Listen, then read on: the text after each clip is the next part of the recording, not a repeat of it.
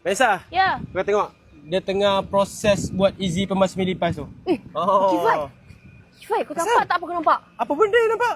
Kau tunjuk proses kan? Ah. Tapi kau nampak tak apa aku nampak?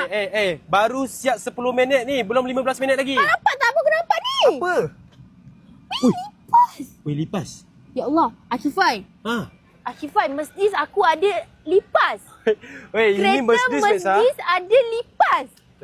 Sebab tu aku cakap, walaupun kereta Mercedes ke, kereta Conti ke, tak sebenarnya tak ada lipas, Maisa. Akifai. Tadi kau cakap apa? Bau kepam je kan? Ha.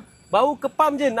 Mula-mula nak hilangkan bau kepam je. Tapi, lepas guna easy pembasmi lipas, apa yang keluar ni? Lipas. Akifai, kereta aku ada lipas. Kalau macam ni aku dah tak nak dah bawa kereta ni, Akifai.